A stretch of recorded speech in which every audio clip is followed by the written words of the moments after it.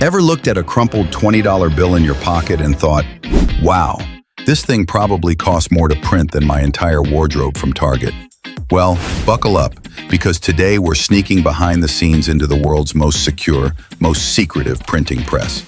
Spoiler, it's not run by elves, and no, you can't apply for a side hustle there. Let's talk about how money is actually made, and why your wallet is basically a cotton linen fashion show. So here's the deal. The Bureau of Engraving and Printing in Washington, D.C. and Fort Worth, Texas, produces about $541 million every single day. While most of us are debating oat milk versus almond at Starbucks, these guys are cranking out more cash in a few minutes than we'll see in a lifetime. And it's not even paper.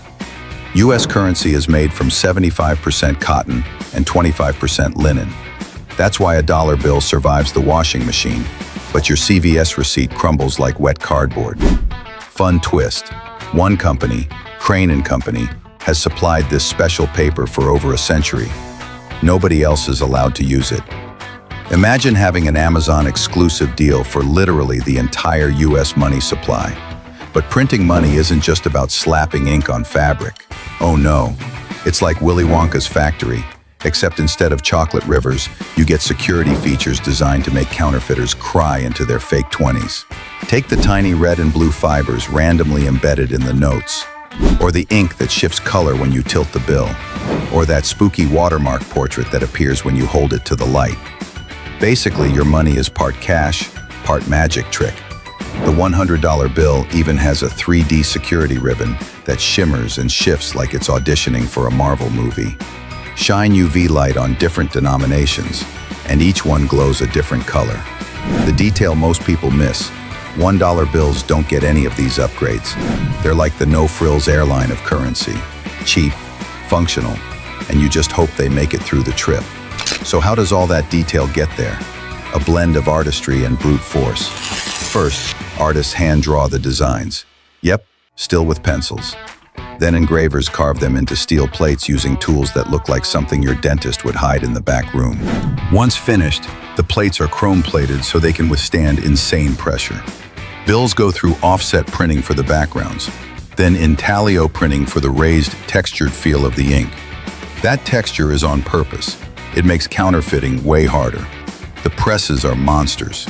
Intaglio machines churn out about 10,000 sheets an hour. That's 32 million notes in a single day. While you're refreshing Amazon tracking for your package, these machines have printed enough to buy the entire shipping company. And the ink? It takes 3 days to fully dry. Your money is fresher than most supermarket bread. Now for the details that really matter: serial numbers. Every bill gets its own unique number, plus treasury seals and codes. On $10 bills and up, the large corner number even shifts from copper to green depending on the angle. Think of it like the currency version of a mood ring. And here's something you probably didn't know. Collectors pay big bucks for fancy serial numbers. Solid digits, repeating numbers, or neat patterns like 1, 2, 3, 4, 5, 6, 7, 8 can turn a plain old $1 bill into a $100 collectible. Of course, not every bill makes the cut. That's where the offline currency inspection system comes in. High-speed cameras scan both sides of every note in seconds. If anything looks suspicious, a smudge, a misprint, it's pulled immediately. But they don't waste the good ones. The flawed sheets are dissected so usable bills can be saved. Quality control at this level makes your phone's low battery warning look like child's play. Once they're approved, the notes are cut, stacked, banded, and packed into million-dollar bricks.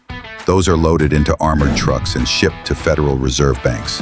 From there, they slowly trickle into your wallet, meaning that $20 you blew on late-night pizza once sat inside a $1 million block under lock and key. Here's something most people don't realize. Money has an expiration date. On average, a $1 bill lasts 5.8 years before it's too worn out and shredded.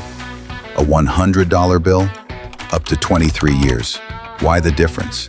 Singles get passed around constantly, while Benjamins tend to get stashed in safes or under mattresses. Globally, it gets even more interesting. More than half of all US $100 bills are actually overseas, circulating as a kind of unofficial global currency. So when you hold a $100 bill, You're holding America's most successful export. So next time you pull out some cash, remember, it's not just money. It's an odd mix of art, science, and security features, all wrapped up in cotton and linen, designed to survive your washing machine and outsmart counterfeiters. If you enjoyed this dive into the secret life of your money, hit that like button before your bank account overdrafts, and I'll see you in the next one.